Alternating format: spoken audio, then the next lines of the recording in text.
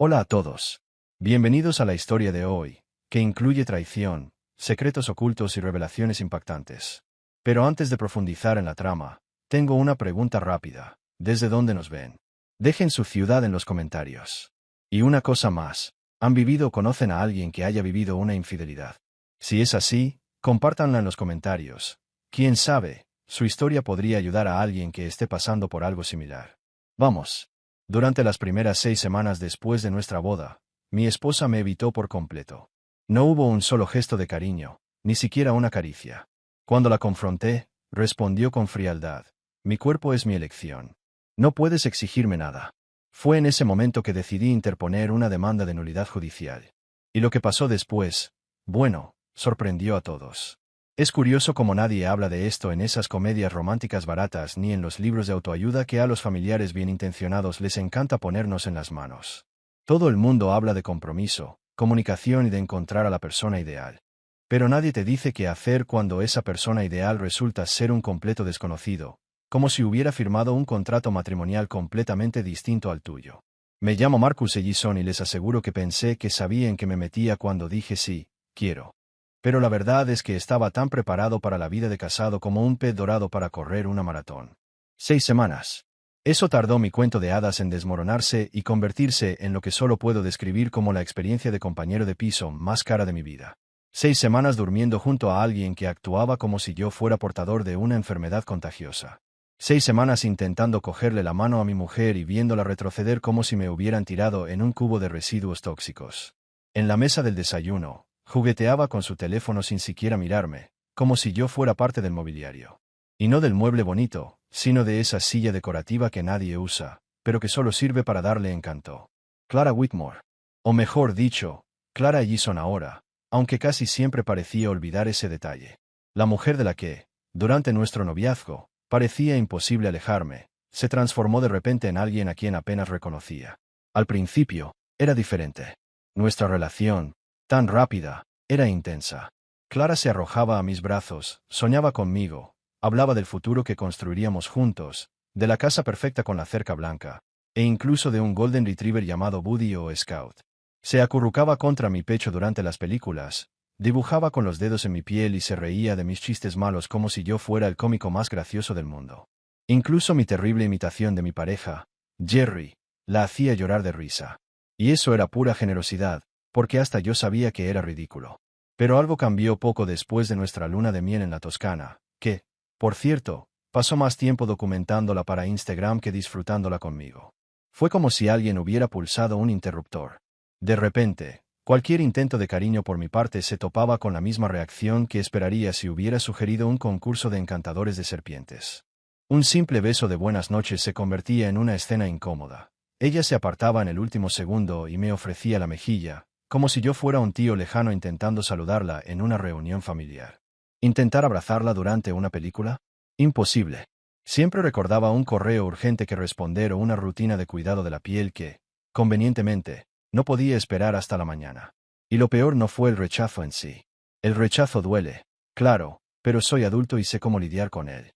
Lo que realmente me destrozó fue su mirada, como si yo fuera irracional, repugnante o estuviera fuera de control por querer intimidad con mi propia esposa. La misma mujer que, meses antes, me había enviado mensajes provocativos mientras estaba en reuniones serias.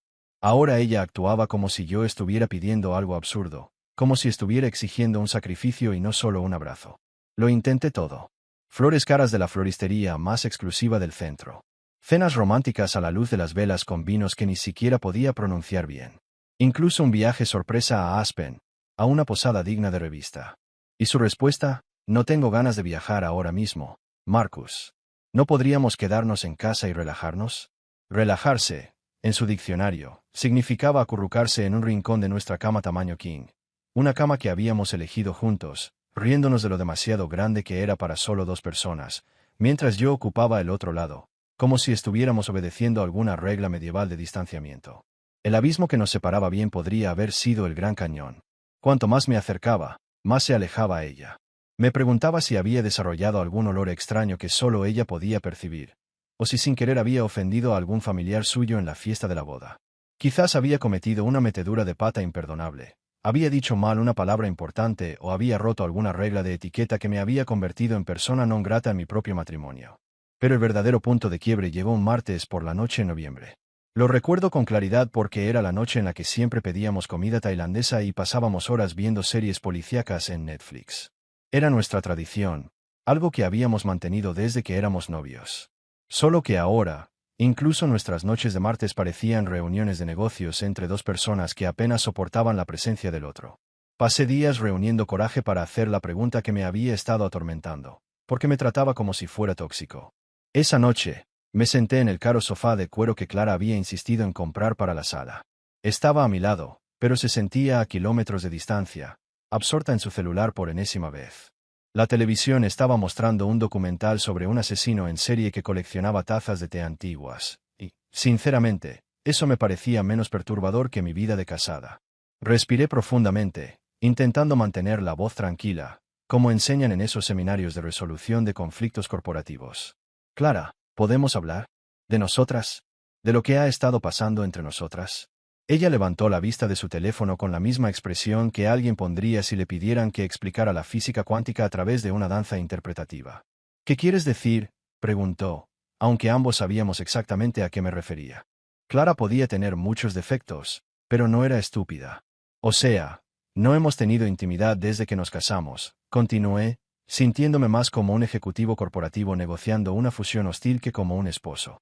Solo quería saber si hice algo mal, si estás pasando por algo o si hay algo que debamos resolver juntos. Fue entonces cuando me golpeó con la frase que se repetiría en mi mente durante los siguientes meses. Me miró directamente a los ojos, fría y calculadora, con la firmeza de quien ensaya palabras frente al espejo antes de usarlas como una espada. Mi cuerpo es mi elección, Marcus. No puedes exigirme nada. Y no me malinterpreten. Creo en la autonomía corporal, siempre lo he creído. Tengo una hermana, tengo amigos, entiendo el consentimiento, el respeto y los límites. Deberían ser básicos, no algo que deba discutirse. Pero había una gran diferencia entre respetar los límites de alguien y estar casada con alguien que me trataba como si fuera ofensiva solo por querer estar con él. Sus palabras no solo eran frías, eran quirúrgicas, precisas, como si fuera munición guardada para el momento oportuno. Esa noche, tumbado a su lado en la misma cama, me di cuenta con absoluta claridad. Algo iba terriblemente mal entre nosotros. No eran solo nervios de recién casados, ni falta de adaptación, ni ninguna de las excusas que me había estado inventando. Era algo más profundo, algo que me daba escalofríos y me revolvía el estómago con una sensación que aún no podía identificar. Algo que pronto cambiaría mi vida y me mostraría que a veces la persona que crees que conoces mejor es la que nunca conociste realmente. ¿Sabes cuando estás viendo una película de terror y el protagonista insiste en bajar al sótano oscuro, mientras le gritas que no lo haga? Sí. Recordando cómo empezó todo entre Clara y yo era el idiota. Y ese sótano escalofriante era mi propia boda. En ese momento, tío, de verdad pensé que me había tocado la lotería. Fue como encontrar un billete de $20 en la acera y pasar días creyendo que era pura suerte, sin darme cuenta de que quizá formaba parte de una broma mayor. Todo empezó una noche que jamás habría elegido, la gala benéfica de la Fundación Harwell en Denver. Ya saben cómo es, uno de esos eventos donde la élite finge preocuparse por causas sociales mientras firma cheques que parecen deducciones fiscales disfrazadas de virtud. Ni siquiera se suponía que debía estar allí. La invitación era para mi socio, Jerry, pero él dijo tener una intoxicación alimentaria. Sinceramente, pensé que probablemente era la excusa perfecta para evitar horas de charlas triviales con millonarios aburridos mientras su esposa insistía en ver series y películas sin parar, las verdaderas amas de casa. Así que allí estaba yo, solo, incómodo, vestido con un smoking que costaba más que el alquiler de la mayoría de la gente, balanceando un whisky caro en mi mano y tratando de no parecer el desastre social que siempre era en estas ocasiones. Y entonces lo oí. Una risa. No el sonido artificial y ensayado que solía resonar en estos pasillos, sino una risa ligera y contagiosa, como la banda sonora de un día perfecto. No suelo idealizar los sonidos, pero esa risa hizo que mi cuerpo reaccionara antes que mi mente. Me giré tan rápido que casi derramé mi bebida sobre una dama de la alta sociedad, lo que sin duda me habría prohibido entrar en cualquier evento benéfico en Colorado durante los próximos 10 años. Y entonces la vi. Clara Whitmore. Aunque, en ese momento, aún no sabía su nombre. Llevaba un vestido azul medianoche que probablemente costaba más que mi primer coche, rodeada de gente que parecía fascinada. Y, sinceramente, ¿quién podría culparlos? Clara tenía esa rara habilidad para llamar la atención sin siquiera intentarlo. Era como si hubiera nacido cargando con secretos que el resto del mundo aún intentaba descubrir. Su cabello rubio miel reflejaba la luz de forma casi calculada. Y cuando sonreía, era como si alguien hubiera encendido un foco en la habitación. Me quedé allí, absorto, observándola durante demasiado tiempo como para parecer normal. Se movía con una facilidad desconcertante. Se inclinaba para escuchar a cada persona como si fuera lo más importante que hubiera oído en su vida. Reía, rozando ligeramente el brazo de la otra, no de forma insinuante, sino con cariño, como si estuviera presente en cuerpo y alma. Era como estar sentado en una clase de habilidades sociales, y yo era definitivamente el estudiante incómodo sentado atrás, tratando de aprender. Tras unos minutos de estar atascado, logré acercarme a ella. Solté una frase un tanto floja sobre lo mucho que me importaba la institución. Y, para mi sorpresa, no mentía. Mi empresa apoyaba proyectos de educación juvenil. Solo esperaba una sonrisa amable antes de que se marchara, pero no fue así. Clara estaba genuinamente interesada. Preguntó sobre los programas, compartió historias de su voluntariado en proyectos de alfabetización, y de repente, yo ya no era solo un chico con corbata en una fiesta llena de gente importante. Era alguien para ella. Al menos esa noche. Charlamos sin darnos cuenta de que el tiempo pasaba. Me perdí la conferencia principal, la subasta silenciosa y cualquier oportunidad de networking que debería haber aprovechado. Pero no me importó. Porque nada más importaba. Clara tenía esta habilidad única. Cuando estaba contigo, el resto del mundo simplemente desaparecía. Era brillante, divertida, llena de convicción, y sobre todo, parecía genuinamente interesada en mí. No como empresario, ni como alguien útil para hacer contactos. Solo en mí. Y cuando ella se reía de mis historias, no esa risa formal y educada, sino una risa real que iluminaba su rostro, sentía que podía conquistar cualquier cosa. Al terminar la gala, me armé de valor para pedirle su número. Clara me lo dio sin dudarlo, con una sonrisa que me hizo sentir como si me hubiera tocado la lotería. Me encantaría continuar esta conversación otro día, dijo. Juro que esa noche volví a casa flotando como un adolescente a quien la reina de la escuela secundaria acaba de invitar al baile de graduación. Nuestra primera cita oficial fue en un pequeño restaurante italiano en Cherry Creek, por sugerencia suya. Nada del otro mundo, solo buena comida y mejor conversación, aseguró. Y cuando apareció, lucía deslumbrante sin esfuerzo, vaqueros, un suéter sencillo, aunque sabía que costaba más que mi presupuesto mensual para la compra. Sin embargo, en lugar de parecer inaccesible, irradiaba tranquilidad. Hablamos durante 3 horas seguidas. Pasamos de sueños preciados a historias vergonzosas de la infancia, e incluso debatimos si la piña combinaba con la pizza. Decidimos que era un crimen culinario, y lo interpreté como una clara señal de que estábamos destinados a estar juntos. Los meses siguientes parecieron sacados de una comedia romántica, solo que mucho mejores, porque me estaban sucediendo a mí. Clara aparecía inesperadamente en mi oficina con almuerzos de mi charcutería favorita, siempre acompañados de notas escritas con esa caligrafía impecable que atesoraba como un sentimental. Los fines de semana, explorábamos Denver como si fuera nuestro propio parque de diversiones. Rutas de senderismo en Red Rocks, tardes en las librerías de Capitol Hill, nuevos restaurantes que descubría en blogs de comida. Clara tenía esa forma especial de convertir las cosas cotidianas en pequeñas aventuras. Y era cariñosa. De una forma sencilla y natural. Me tomaba de la mano cuando caminábamos, se acurrucaba conmigo en el cine, me enviaba mensajes coquetos todo el día que me hacían sonreír como un idiota en las reuniones de la junta.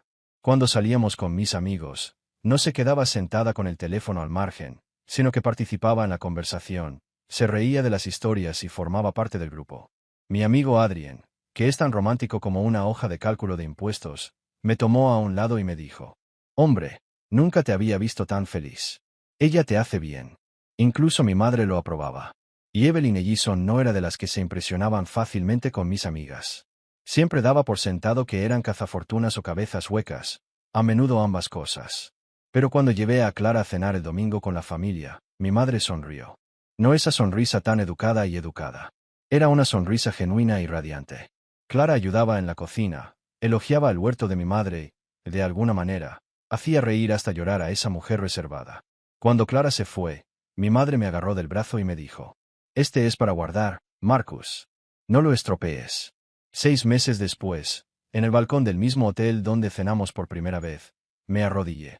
El anillo era un solitario de 2 quilates que me costó más que mi primer coche, pero ver su expresión al abrir la caja hizo que cada centavo valiera la pena.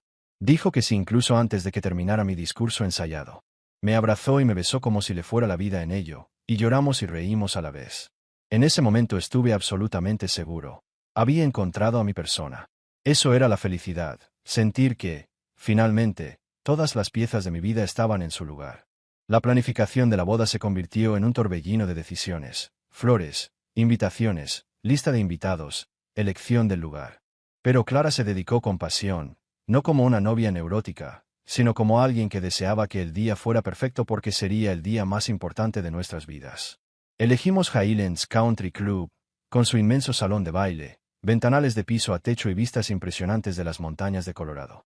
Clara dijo que quería que nuestros invitados experimentaran la belleza del lugar mientras celebraban con nosotros. Y la ceremonia fue exactamente lo que soñamos.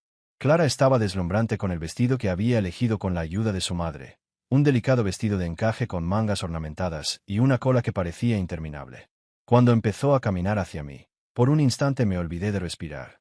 Estaba radiante, su rostro brillaba con un resplandor que iluminaba toda la habitación. Al llegar a mi lado, me tomó de las manos y susurró: «No puedo creer que realmente estemos viviendo esto». Su sonrisa me hizo enamorarme nuevamente, como si fuera la primera vez. La recepción fue impecable. Comida deliciosa, música cautivadora y una pista de baile que estuvo repleta hasta el final de la noche. La familia de Clara no escatimó en gastos y, con la ayuda de mis padres, logramos organizar una celebración que quedaría grabada en la memoria de todos. Durante nuestro primer baile, me miró fijamente y dijo: «Te quiero mucho, Marcus. Estoy deseando que empecemos nuestra verdadera vida juntos».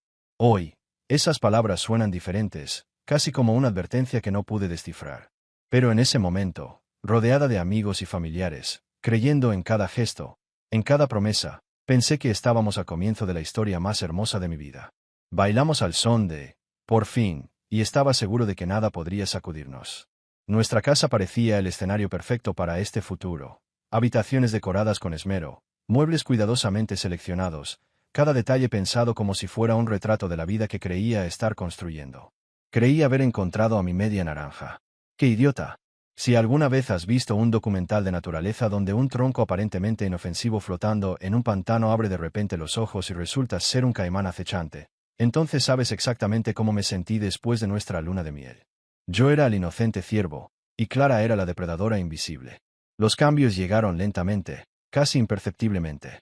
Cosas que cualquiera justificaría como una fase de adaptación al matrimonio. Siempre había oído que el primer año era el más difícil. Mis amigos solteros bromeaban: «Bienvenida a la prisión dorada, querida», y los casados simplemente me daban palmaditas en la espalda con esa extraña sonrisa, como si me ocultaran algo que aún no había descubierto.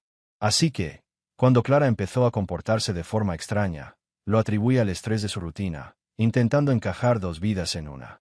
Pero con el tiempo, la extrañeza se convirtió en algo inquietante. Era como si hubiera traído a casa una copia mal hecha de la mujer que amaba. Desaparecía durante horas sin dar explicaciones, siempre con excusas banales: «Voy a encargarme de unas cosas» o «estoy comiendo con una amiga». No soy una persona controladora. Nunca he tenido que vigilar a nadie.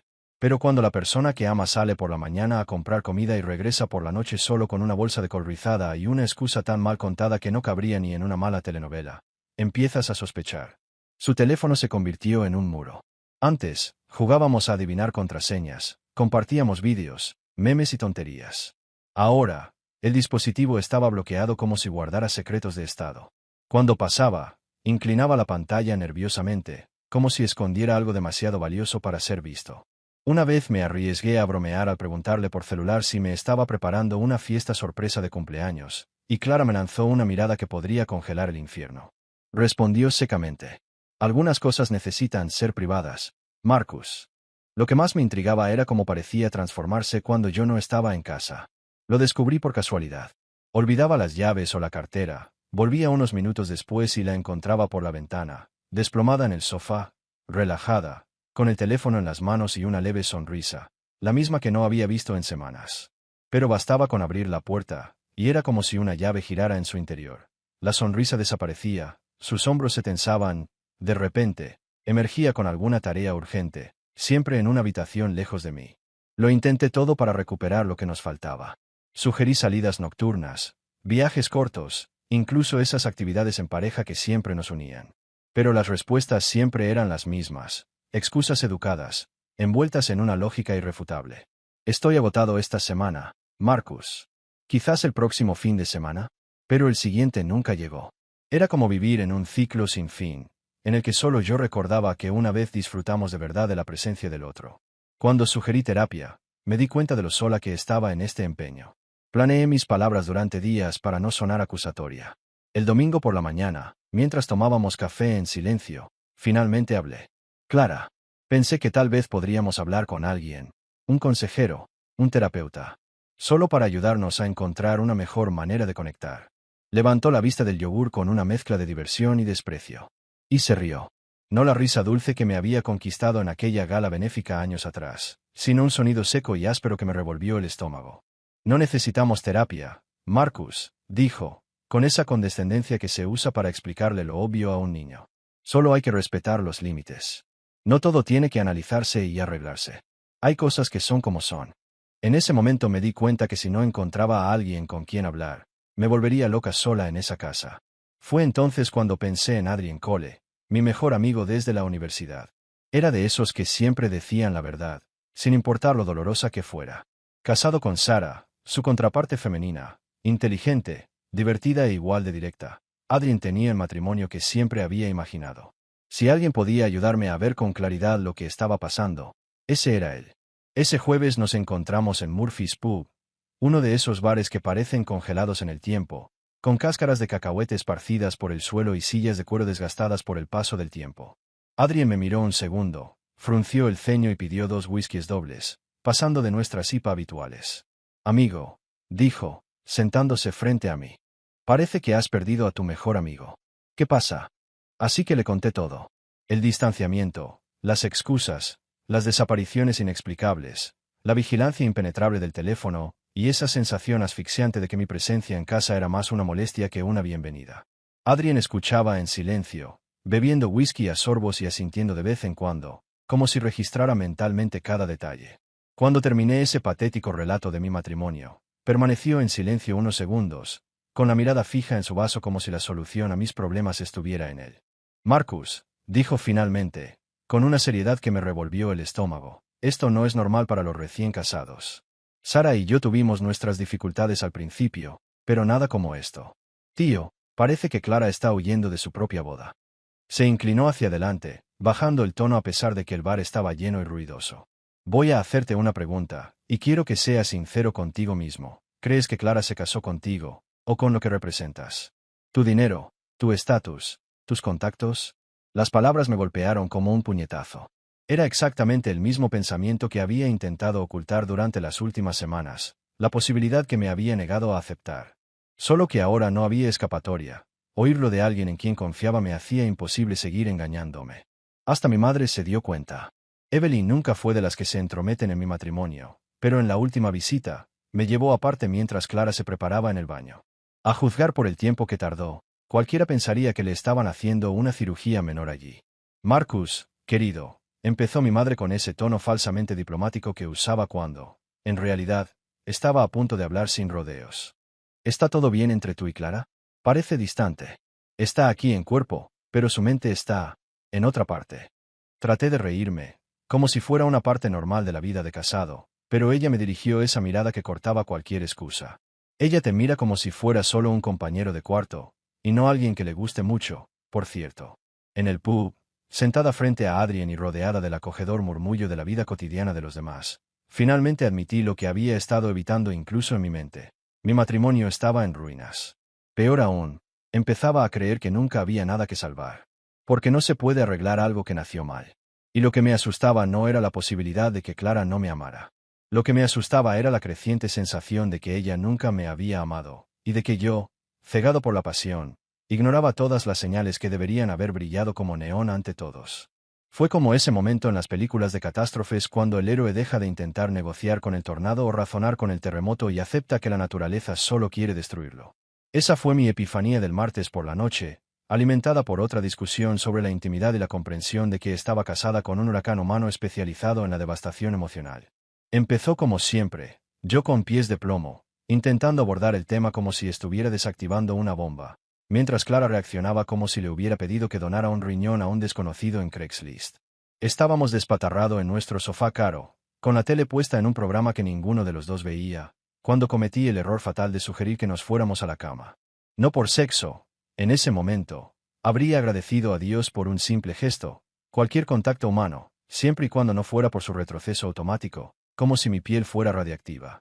Clara, dije con el mismo tono controlado que usaba con los clientes difíciles.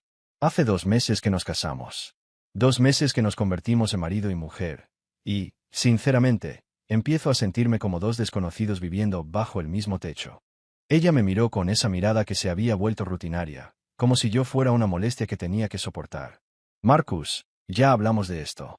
La intimidad no es algo que se programa ni se exige. Ocurre de forma natural o no. Pero no está pasando, respondí, y me di cuenta de que mi voz sonaba más ronca de lo que pretendía. Intento entender por qué. ¿Hice algo mal? Si lo hice, dímelo para que pueda arreglarlo. Fue en ese momento cuando me soltó la bomba. Se volvió hacia mí con una mirada gélida, casi clínica, y dijo con la calma de quien corta a alguien con un bisturí. Quizás el problema no sea algo que hayas hecho. Quizás el problema sea que crees que tienes derecho a algo solo por casarte conmigo. Quizás sea no aceptar que algunas mujeres no quieren ser peones de los deseos de sus maridos. Me quedé sin palabras. Fue como una bofetada, brusca e inesperada. ¿Fantasías sexuales? No pedía nada de eso. Solo quería sentir que tenía una esposa de verdad a mi lado. Quería tomar su mano sin que lo sintiera como una obligación. Quería, de vez en cuando, acostarnos en la misma cama sin una barrera invisible entre nosotros. Clara, dije lentamente, controlando la ira que me quemaba, no te pido fantasías. Te pido a mi esposa. Que actúes como si de verdad quisieras casarte conmigo, no cumplir condena. Ella se rió. Esa risa corta y seca que ya se había convertido en la banda sonora de nuestra boda. ¿De verdad no lo entiendes?, dijo, ajustándose su caro pijama de seda como si fuera una armadura. ¿Crees que casarme me convertí en tu propiedad, como si hubieras comprado algún derecho sobre mí en el altar? Y fue entonces cuando algo dentro de mí se quebró. No fue un ataque de ira, sino una claridad fría y cortante. Miré a la mujer que una vez fue el amor de mi vida y solo vi a alguien que me trataba como una carga. Estaba cansada. Cansada de mendigar afecto. Cansada de pedir algo básico en un matrimonio. Cansada de fingir que esto era normal, que podría mejorar con el tiempo o con terapia. Tienes razón, Clara, respondí, levantándome. Intenté mantener la misma distancia que me había mantenido estos últimos meses. No lo entiendo. No entiendo cómo la mujer que no me quitó las manos de encima durante 6 meses ahora actúa como si tocarme fuera ofensivo. Pero ¿sabes qué? Estoy harta de intentar entenderlo. Subí las escaleras en silencio, hacia lo que ahora era solo en mi dormitorio, ya que prefería dormir en la habitación de invitados. Me senté frente a la laptop, sintiendo que algo dentro de mí finalmente había cambiado. Si Clara quería que nuestro matrimonio se tratara como una transacción, yo también empezaría a verlo así. Ya no como un hombre enamorado, sino como un empresario que se enfrenta a un contrato mal hecho. Siempre he tenido un don para la investigación. Al fin y al cabo, dirigir un negocio exitoso es mitad instinto, mitad investigación. Así que investigué las leyes matrimoniales de Colorado con la misma precisión que aplicaba a un análisis de adquisición. Y lo que encontré fue como dar con un arma secreta que desconocía tener a mi alcance. Descubrí que el Estado no solo reconocía causales obvias de anulación, como la bigamia o la incapacidad para consentir. También existía la posibilidad de fraude, omisión o engaño al momento del matrimonio. Y ahí radicaba la clave. Si alguien se casa sin la intención de cumplir con las obligaciones básicas de la vida marital, eso constituye fraude ante la ley. Me quedé mirando la pantalla de mi portátil. Ya eran más de las 2 de la mañana, sintiendo que había resuelto el enigma que me atormentaba desde hacía meses. El comportamiento de Clara no solo era confuso o cruel, podría haber sido ilegal. Si desde el principio nunca tuvo la intención de ser mi verdadera esposa, si se casó con la intención de ocultarme los cimientos de cualquier unión, entonces todo el matrimonio no fue más que un espectáculo. Cuanto más investigaba, más encajaban las piezas. El cortejo relámpago, que en aquel momento parecía una pasión desbordante, ahora parecía una estrategia bien ensayada para llevarme al altar antes de que me diera cuenta de quién era ella en realidad. El cambio repentino justo después de la luna de miel no fue una coincidencia, sino una revelación. Las llamadas misteriosas, las ausencias mal explicadas, no eran rarezas de recién casados. Eran señales de una vida paralela, cuidadosamente oculta. Imprimí páginas y páginas de precedentes legales, estudios de casos y jurisprudencia. Encontré ejemplos de matrimonios anulados en cuestión de meses precisamente debido a este tipo de fraude. Casos en los que la manipulación durante el noviazgo se consideró suficiente para invalidar la unión.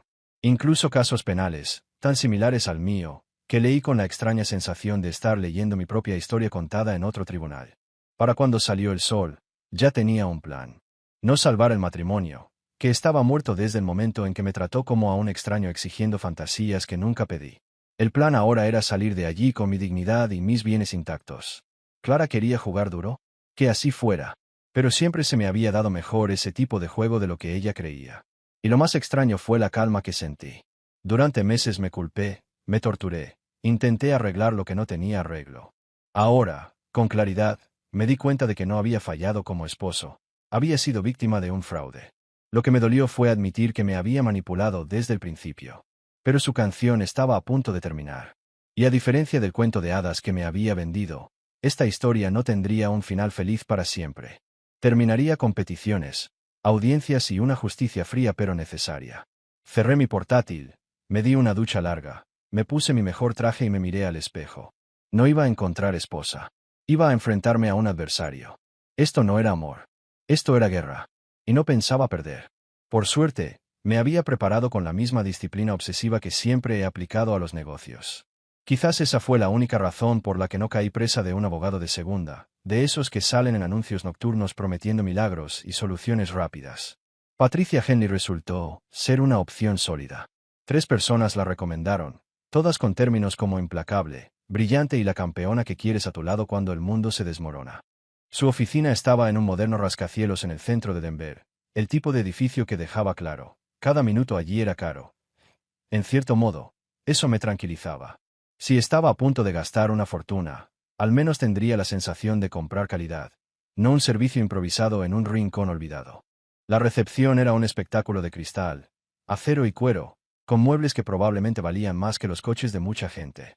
Cuadros abstractos colgaban de las paredes, dándoles un aire de sofisticación, como si alguien hubiera salpicado pintura sobre un lienzo y hubiera vendido la idea como si fuera una genialidad. La recepcionista, con el aplomo de quien podría dirigir una multinacional sin esfuerzo, me ofreció café en tazas de porcelana auténtica, no en frágiles tazas de papel. Era evidente que entendían las apariencias, y las apariencias importan, sobre todo cuando estás a punto de desnudar tu alma y exponer la ruina de tu matrimonio a un desconocido. Cuando Patricia entró, comprendí de inmediato por qué era tan famosa. Debía de tener unos 40 y tantos años, su cabello castaño, que empezaba a canas, estaba recogido de forma práctica, lo que denotaba una absoluta indiferencia ante la frivolidad.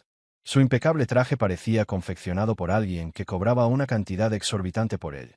Su apretón de manos era firme, casi desafiante, y su mirada transmitía esa frialdad calculada que debería desvelar a los abogados del otro lado de la sala.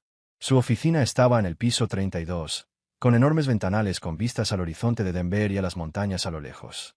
Era el tipo de vista que me recordaba que había un mundo más allá de mis problemas, pero también reforzaba la certeza de que la persona sentada frente a mí había alcanzado un nivel que pocos podían alcanzar. Había libros de derecho, diplomas de prestigiosas universidades y fotografías de ella junto a jueces y políticos. El mensaje era claro: estás en buenas manos. Señor Ellison, dijo, invitándome a sentarme en una silla de cuero junto a su escritorio de caoba. Entiendo que solicita la anulación. Es inusual ver ese tipo de solicitud en matrimonios tan recientes. ¿Por qué no me cuenta exactamente qué sucedió? Y se lo conté. Se lo conté todo.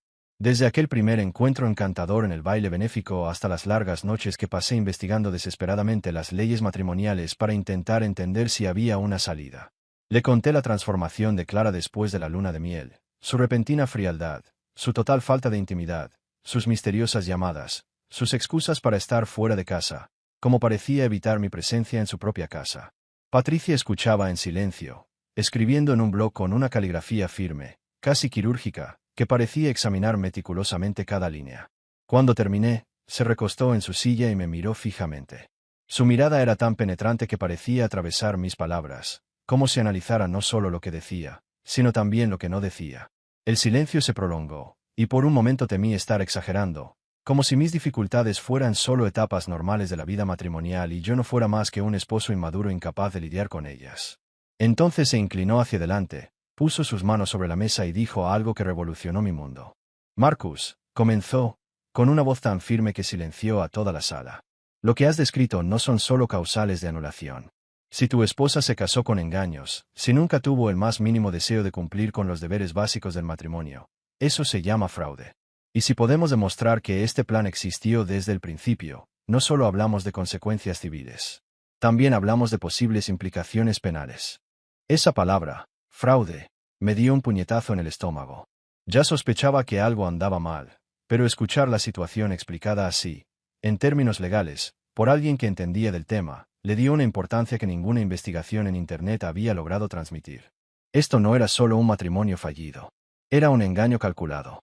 Una farsa montada con cenas románticas y votos falsos. ¿Acusaciones penales? Pregunté con la voz más ronca de lo que me gustaría. ¿Te refieres a prisión de verdad? Patricia confirmó con un gesto serio, sacando una carpeta ya preparada mientras yo hablaba. En Colorado, el fraude conyugal es un asunto serio, especialmente cuando involucra bienes. Si Clara contrajo este matrimonio solo para acceder a su patrimonio, sin la intención de cumplir con el rol de esposa, eso se considera fraude legal. El detalle del acuerdo prenupcial podría incluso jugar a nuestro favor, ya que demuestra premeditación. Dijo esto mientras extendía documentos y referencias de casos similares sobre la mesa. He visto este patrón antes, Marcus. Noviazgos apresurados para evitar que conozcas a la persona real, cambios repentinos al poco de casarse, falta de intimidad, secretos y comportamiento inexplicable. Estas son señales clásicas de una estafa conyugal. El término me hizo encogerme en mi silla. Una estafa matrimonial como si fuera un blanco más, engañada por alguien entrenado para explotar a hombres ricos y vulnerables. Fue doloroso admitirlo. Humillante porque significaba que alguien a quien creía amar me había manipulado, pero también esclarecedor porque dejaba claro que no era mi culpa. ¿Y qué necesitamos para demostrarlo? Pregunté, sorprendido de oír la firmeza en mi propia voz, incluso mientras mi mundo entero se reescribía ante mí. Patricia sonrió. No fue una sonrisa amable, pero me tranquilizó saber que estaba de mi lado. Necesitamos pruebas de premeditación.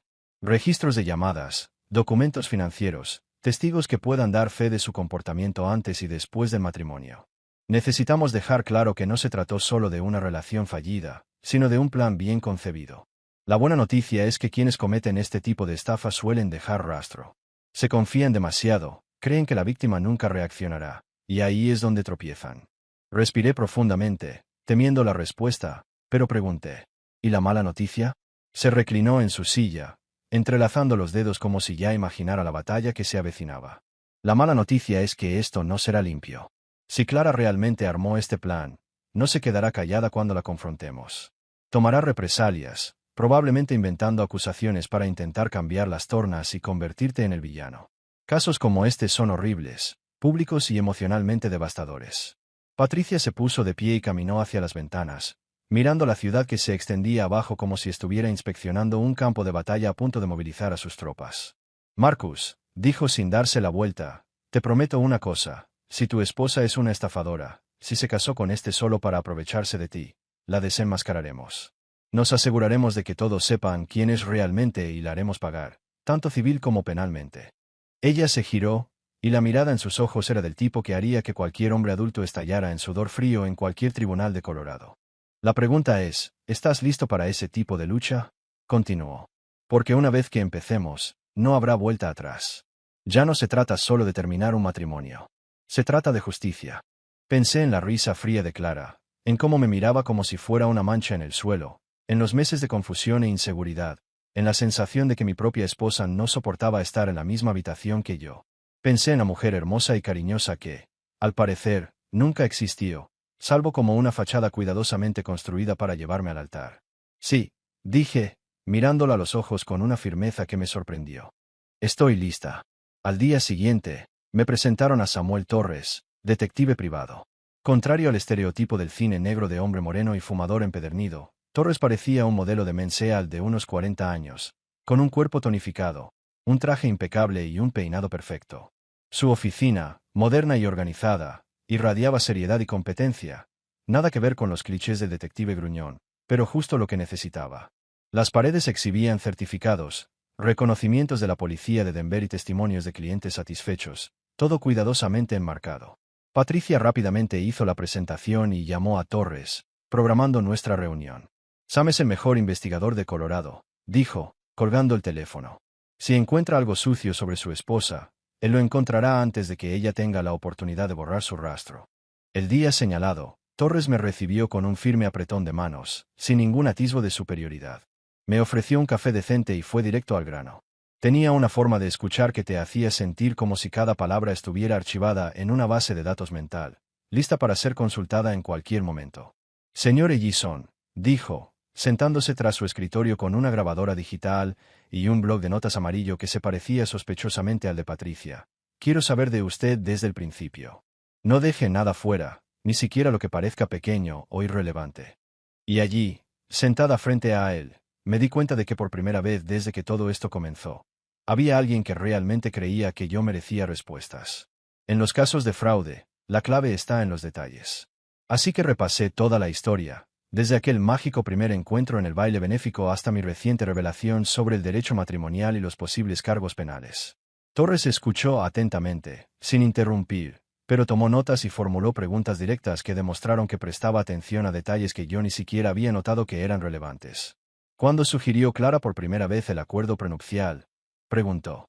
¿Con qué rapidez quería fijar la fecha de la boda? Le hizo preguntas específicas sobre su situación financiera que le parecieron inusuales en ese momento. Cuando terminé, Torres se recostó en su silla y me evaluó con esa mirada que solo alguien que ha visto todas las variantes del engaño humano podría tener. El silencio se prolongó, haciéndome pensar que tal vez mi historia no era tan convincente como imaginaba, que tal vez solo era otro esposo amargado incapaz de aceptar que su matrimonio había terminado. Luego se inclinó hacia adelante, entrecerrando los ojos de una manera que me hizo darme cuenta de por qué los criminales confiesan solo para dejar de ser analizados de esta manera. He visto este patrón antes, dijo, con la autoridad de quien ha llevado muchos casos como el suyo. Noviazgo rápido, boda suntuosa, cambio de personalidad inmediato, evasión de la intimidad, comportamiento misterioso. Es el clásico fraude matrimonial. La única pregunta es, ¿su esposa está sola o forma parte de algo más grande? Algo más grande. El escalofrío que me recorrió la espalda no tenía nada que ver con el aire acondicionado. Torres abrió un cajón y sacó una carpeta enorme llena de papeles. El fraude matrimonial rara vez es una operación solitaria, explicó. Existen grupos organizados especializados en este tipo de estafa. Identifican a las víctimas, verifican sus antecedentes, capacitan a los operadores y brindan apoyo durante la operación. Si Clara forma parte de uno de estos grupos, no se trata de una mujer que decidió estafar por diversión. Es una profesional. Comenzó a sacar fotografías, documentos e informes de vigilancia de la carpeta, extendiéndolo sobre la mesa como si estuviera reconstruyendo la escena de un crimen. He estado siguiendo una red que opera en Colorado, Utah y Nevada, dijo Torres.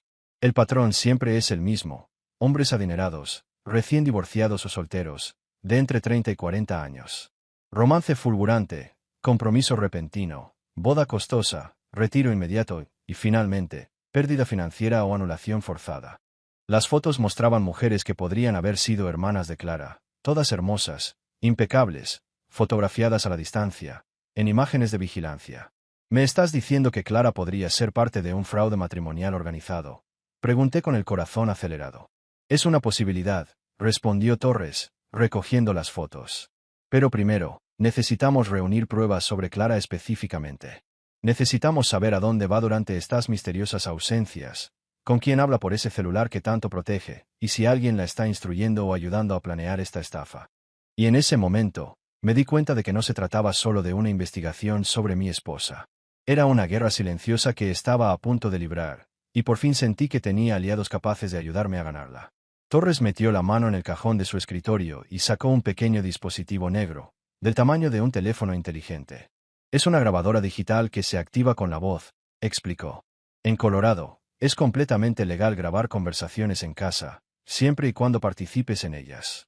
Quiero que la lleves contigo siempre que hables con Clara. Si comete un desliz, dice algo que revele sus verdaderas intenciones o menciona cómplices, necesitamos pruebas. El peso del dispositivo en mis manos era más que físico, parecía llevar toda mi ingenuidad y estupidez acumuladas.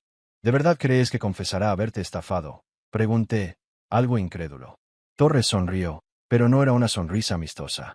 Era el tipo de sonrisa que decía, he visto a gente subestimar mis habilidades antes, y me gusta demostrarles que se equivocan. Los criminales se confían demasiado, Marcus. Empiezan a creerse sus propias mentiras o se descuidan porque creen que sus víctimas son demasiado estúpidas o emocionalmente dependientes para defenderse. Clara se casó contigo porque pensó que eras un blanco fácil, rico, seguro de ti mismo y un poco solitario. No espera que tomes represalias con abogados e investigadores privados. Se levantó, caminó hacia un archivador y sacó un contrato. Haré una verificación exhaustiva de antecedentes, historial laboral, direcciones, registros financieros, actividad en redes sociales, todo. También la supervisaré durante sus ausencias. Si hay alguna reunión con cómplices u otras señales de estafa, lo averiguaré. Torres regresó a la mesa y me entregó el contrato. Mi salario es de $500 al día, más gastos. Para este caso, consideren al menos 2 semanas de investigación, o quizás más si encontramos evidencia de una operación mayor. Miré el contrato, haciendo los cálculos en mi cabeza, 500 al día, 2 semanas. Luego pensé en el coste emocional de todos los meses que pasé intentando comprender lo inexplicable, preguntándome qué me pasaba que mi propia mujer no soportaba mi presencia. El dinero no es problema, confirmé, firmando con un gesto que simbolizaba más que un simple acuerdo financiero. Era mi momento de tomar las riendas de mi vida, en lugar de dejarme llevar por los acontecimientos. Torres presentó el contrato y me dio la instrucción final. Una cosa más, Marcus. Clara no puede sospechar nada. Tienes que actuar como el marido confundido y dolido que aún espera que las cosas mejoren. Si se da cuenta de que estamos investigando, desaparecerá o empezará a borrar su rastro, lo que dificultará mucho nuestro trabajo. Al salir de la oficina, con la grabadora en el bolsillo y un investigador privado en nómina, sentí algo que no había sentido en meses: esperanza. No la esperanza de salvar mi matrimonio. Ese barco ya había zarpado, sino la esperanza de obtener respuestas. La esperanza de descubrir que no estaba loca, ni era incompetente, ni era fundamentalmente indigno de ser amada. Simplemente era la víctima de alguien excepcionalmente hábil en lo que hacía. Esa noche, sentado en mi sala mientras Clara hablaba por teléfono tras la puerta de lo que solía ser nuestro dormitorio, activé la grabadora que me había dado Torres y esperé a que mi esposa cometiera su primer error. Es ese momento mágico en el que alguien finalmente revela el truco y te das cuenta de lo tonto que fue creer en la ilusión. Así me sentí cuando Torres me llamó 3 días después con información que convirtió mi matrimonio en una clase magistral de engaño deliberado. Estaba en la oficina, fingiendo revisar los informes trimestrales, pero en realidad, mi mente repasaba a toda velocidad cada interacción con Clara de la última semana, esperando cualquier desliz. Llevaba mi grabadora a todas partes, pero hasta ahora solo había grabado conversaciones triviales sobre yoga y cenas cuidadosamente planeadas, cuidadosamente simuladas. Ella actuaba con más cautela de lo habitual, como si ya hubiera presentido que algo había cambiado entre nosotros. Marcus, dijo Torres sin rodeos, con ese tono que solo usan los investigadores cuando reciben noticias devastadoras. Necesitamos reunirnos. Tengo información sobre Clara que necesitas ver en persona. ¿Puedes salir de la oficina esta tarde? Sentí un nudo en el estómago al instante. Una parte de mí esperaba que dijera que estaba siendo paranoica, que Clara era solo una mujer en crisis matrimonial, no una estafadora profesional. Pero su urgencia decía lo contrario. Mis peores sospechas estaban a punto de confirmarse. 1 hora después, estaba de vuelta en la oficina de Torres, viéndolo extender documentos sobre su escritorio como si estuviera colocando pruebas en la escena de un crimen. Solo que esta vez, la escena del crimen era mi vida, y yo era la víctima, la última en comprender lo que estaba sucediendo justo delante de mis narices. De acuerdo, dijo Torres, recostándose en su silla con una expresión que me dio ganas de un whisky doble. Seré franco, y no será agradable. Tu esposa no solo está evitando la intimidad. Lleva una vida completamente separada y ha hecho todo lo posible por ocultarlo. Sacó un documento oficial con timbres y sellos, mostrándolo con precisión quirúrgica. Empecemos por lo más importante. Clara Whitmore estuvo casada con un hombre llamado David Sterling en Las Vegas, Nevada, en 2019. Los registros de Nevada muestran que este matrimonio nunca se disolvió legalmente. El divorcio se inició, pero nunca se formalizó. Esto significa que, técnicamente, Clara seguía casada cuando se casó con usted. Bigamia. La palabra me dio un puñetazo en el estómago. Mi esposa no solo era fría y distante, sino también una criminal. Había cometido un verdadero delito al casarse conmigo mientras aún estaba legalmente casada con otro hombre. La cosa empeora, continuó Torres, sacando otro juego de documentos. David Sterling presentó una denuncia policial 6 meses después de que Clara lo dejara, alegando un fraude de casi $200,000 mediante cheques falsos y cargos no autorizados a tarjetas de crédito. El caso nunca llegó a juicio porque Clara desapareció, lo que hizo imposible localizarla. Me quedé allí sentado, con el mundo dando vueltas, tratando de procesarlo. Mi matrimonio no era solo una farsa, era parte de una historia criminal cuidadosamente planeada. El informe seguía archivado frente a mí, y me sentí como si estuviera viendo una película sobre la vida de otra persona. Un thriller en el que la esposa perfecta del protagonista es en realidad una criminal sociópata especializada en destruir vidas humanas para lucrarse. Solo que no era una película. Yo era el protagonista, y mirar los documentos que detallaban los crímenes de mi propia esposa me hacía sentir como alguien atrapado en una pesadilla de la que no podía despertar. Torres continuó, sin darme tiempo a absorber todo de una vez. Clara está bajo vigilancia durante sus ausencias. Ha estado viendo regularmente a un hombre llamado Lucas Crane. Este tiene antecedentes penales, 2 arrestos por fraude matrimonial, solo fue condenado una vez, y cumplió 18 meses de prisión por organizar una estafa romántica que estafó a 3 mujeres por un total de $500,000. Me mostró fotos de vigilancia. Clara estaba sentada en una cafetería de lujo con un hombre bien vestido de unos 50 años, con su encanto manipulador grabado en el rostro.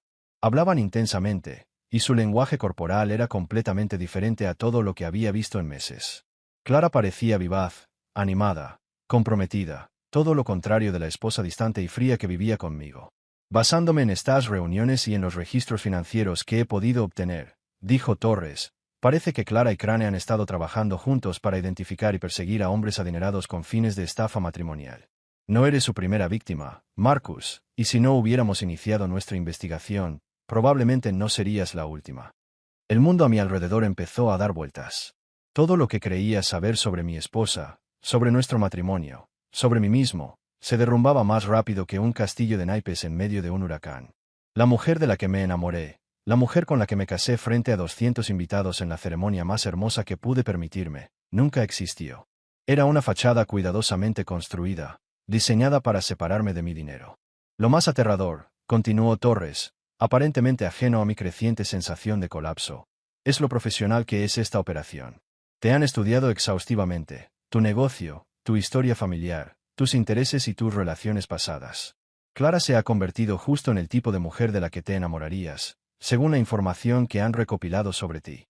Sacó un expediente con mi nombre, lleno de detalles que nunca le había contado directamente a Clara. Mi pasado, mis aficiones, el nombre de mi madre, incluso detalles sobre mis exnovias y los motivos de su ruptura. Era como leer un expediente del FBI sobre mí, pero compilado por criminales decididos a destruir mi vida. ¿Cómo lograron todo esto? Pregunté con una voz extraña y distante, incluso para mí. Redes sociales, registros públicos, conocidos en común que no se dieron cuenta de que estaban siendo bombardeados con información, explicó Torres. Es sorprendentemente fácil crear un perfil completo si sabes dónde buscar y estás dispuesto a invertir el tiempo. Y entonces soltó la bomba final. Buscó la computadora y pulsó play. La voz de Clara llenó la habitación. Solo que no era la mujer distante con la que había estado viviendo los últimos meses. Su voz era cálida, íntima y cariñosa, de una forma que me oprimió el pecho de reconocimiento y rabia. No te preocupes, querida, dijo Clara, y me empezaron a temblar las manos. Pronto seré libre. El plan está funcionando a la perfección. Marcus está tan confundido y desesperado que ni siquiera se pregunta por qué no me acuesto con él. Una vez que solicitemos la anulación, tendré acceso al dinero del acuerdo prenupcial y entonces podremos desaparecer juntos, tal como lo planeamos. La sala se quedó en silencio, pero mi cabeza ardía. Esta no era mi esposa. Era una criminal, una manipuladora profesional que me había engañado desde el principio, y ahora, por fin, tenía pruebas. La voz que respondió era masculina, presumiblemente Lucas Crane, y parecía complacida con el progreso de Clara. ¿Estás seguro de que no impugnará la anulación?, preguntó, como si hablara de negocios. Marcus es un hombre dulce e ingenuo, respondió Clara, y su risa sonó como uñas en una pizarra. Estará tan aliviado de salir de este matrimonio que no cuestionará los acuerdos financieros. Además, es demasiado caballeroso como para arrastrarme a un divorcio desagradable. Aceptará cualquier acuerdo que le ofrezcamos con tal de que todo desaparezca discretamente. Sentí que algo dentro de mí moría. La mujer que amaría, la mujer con la que me casaría, la mujer que me torturaba intentando comprender y complacer, nunca existió. Era solo un personaje de una obra elaborada, y yo, el espectador inconsciente que había acabado en el escenario sin percatarse de que la función había comenzado.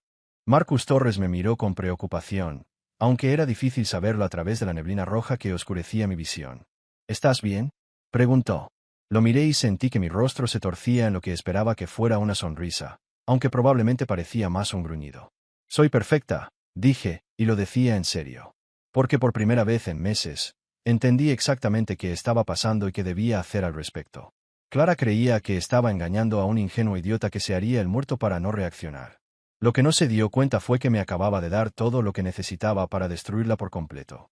Y yo estaba más que listo. ¿Sabes lo que dicen de que la venganza es un plato que se sirve frío? Bueno, después de sentarme en la oficina de Patricia y escuchar nuestra estrategia detallada, me sentí completamente ártico. Esto no sería un enfrentamiento emotivo y caótico, con gritos y ropa de diseñador tirada por el césped como en un reality. No, esto sería quirúrgico, calculado y absolutamente devastador, en el mejor sentido. Patricia había elaborado nuestro enfoque con la precisión de un relojero suizo. Clara creería que iba ganando hasta que le quitáramos la alfombra bajo sus pies impecablemente cuidados. La belleza del plan residía en su simplicidad. Solicitaríamos la anulación exactamente como ella esperaba, haciéndome parecer el marido confundido y desconsolado. La clave, explicó Patricia, extendiendo documentos legales sobre la mesa como si planeara una invasión militar, es hacerle creer a Clara que consiguió exactamente lo que quería. Cree que es fácil tratar contigo, que aceptarás cualquier condición que ella te dicte con tal de acabar con el sufrimiento.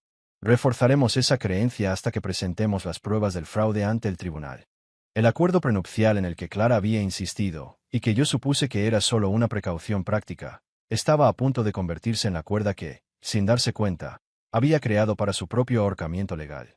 Toda cláusula cuidadosamente negociada, toda protección financiera cuidadosamente elaborada, se volvería inútil en cuanto demostráramos que se había casado con engaños.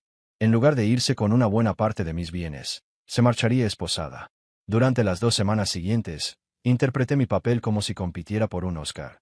Caminé por la casa abatido, fingiendo confusión y derrota, dejando claro que solo quería que nuestro matrimonio de pesadilla terminara en paz.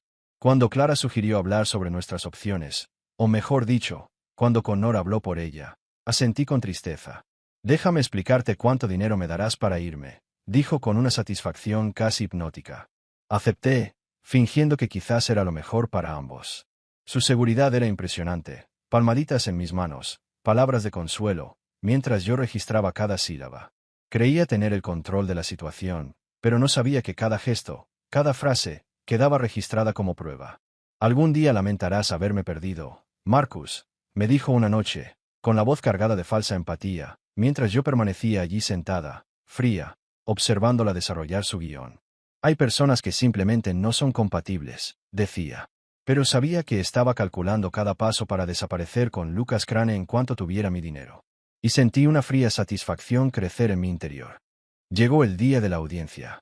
Clara entró en el juzgado de Denver como si estuviera a punto de desfilar por una alfombra roja, impecablemente vestida, un traje azul marino conservador, joyas sutiles que denotaban riqueza sin exagerar, y la postura perfecta de una esposa agraviada. A su lado, su abogado parecía igualmente seguro de sí mismo. Logró mantener la apariencia de víctima ante todos, incluido el juez, mientras argumentaba que yo era solo un esposo impaciente. Entonces Patricia se puso de pie. La temperatura en la sala pareció bajar 20 grados con su presencia. Caminó hacia la mesa de pruebas con la calma de quien domina el escenario, y todos, incluido el juez, acostumbrado a los dramas de divorcio, lo notaron. Su señoría, comenzó Patricia, y su voz resonó en la sala. Tenemos pruebas de que la señora Whitmore se casó fraudulentamente. Presionó el botón de reproducción en el dispositivo de audio. La voz de Clara llenó la sala, cálida e íntima, hablando de sus planes para su inminente liberación y el acceso al dinero de su acuerdo prenupcial. Miré a Clara. Vi cómo su expresión cambiaba al instante. Su compostura, cuidadosamente construida, se quebró como una fina capa de hielo. Sus mejillas palidecieron, su boca se entreabrió ligeramente. Por primera vez desde que nos conocimos, parecía genuinamente asustada. Patricia no se detuvo. Certificado de matrimonio de Nevada, evidencia de una condena previa por fraude, fotos de vigilancia con Lucas Crane. Cada detalle impactó a Clara como un golpe directo. Su abogado garabateaba notas frenéticamente, probablemente calculando la ruta de escape más rápida de este desastre. ¿Y yo? Respiré hondo, sabiendo que por fin se había hecho justicia. La sala del tribunal estalló en susurros y jadeos mientras Patricia exponía la magnitud del engaño de Clara. El rostro del juez se endurecía con cada revelación, pasando del interés moderado al disgusto absoluto al comprender el fraude perpetrado bajo su jurisdicción. Señora Whitmore, dijo el juez Harrison con una voz tan autoritaria que hizo que todos en la sala se enderezaran. Parece que se casó en circunstancias fraudulentas. Este tribunal no solo concede la anulación, sino que también remite su caso a revisión penal. Por primera vez desde que la conocí, vi a la verdadera Clara. No a la encantadora socialité ni a la fría manipuladora, sino a una mujer asustada, consciente de que todo su mundo estaba a punto de derrumbarse. La anulación se tramitó en menos de lo que pudo decir abogado defensor penal. En menos de una semana, la mujer que entró en el tribunal esperando un generoso acuerdo se enfrentaba a cargos de fraude, bigamia y conspiración. La familia Whitmore, que había gastado una fortuna para ostentar su estatus social, luchaba por contener el daño mientras la foto de Clara se extendía por los medios locales y las redes sociales. Las mismas galas benéficas y clubes de campo donde una vez reinaba ahora susurraban su nombre a puerta cerrada. Su cuenta de Instagram, cuidadosamente seleccionada, desapareció más rápido que las muestras gratis en Costco. Lucas Crane, su cómplice, fue arrestado 2 días después de la audiencia en un motel a las afueras de Boulder, esperando a Clara con dinero que jamás existiría. En cuanto a mí, salí de la sala del tribunal sintiéndome como si por fin pudiera contener la respiración y exhalar aliviado tras meses de tensión. Mis verdaderos amigos, como Adrien, celebraron en silencio. Mi madre sonrió por primera vez desde la boda. Sabía que algo andaba mal con esa chica, dijo, teniendo la amabilidad de no añadir. Te lo dije. Lo más impactante no fue la rapidez con la que se derrumbó el imperio de mentiras de Clara. Fue la fuerza que descubrí en mí durante el proceso. Pasé de ser una víctima confundida a alguien que había desmantelado una operación de fraude profesional. Y, sinceramente, fue mucho mejor que cualquier matrimonio. Clara me enseñó una lección costosa pero valiosa. A veces la persona que crees amar es solo un espejo que te muestra lo que quieres ver. La verdadera victoria no fue solo recuperar mi libertad. Fue descubrir que era mucho más fuerte de lo que jamás imaginé. Otra historia llega a su fin. ¿Qué te pareció? Me encantaría leer tu opinión en los comentarios. Si te gustó esta historia, considera unirte a nuestra comunidad suscribiéndote. Significa mucho para nosotros. Más historias como esta, mira los vídeos recomendados en pantalla, y nos vemos luego.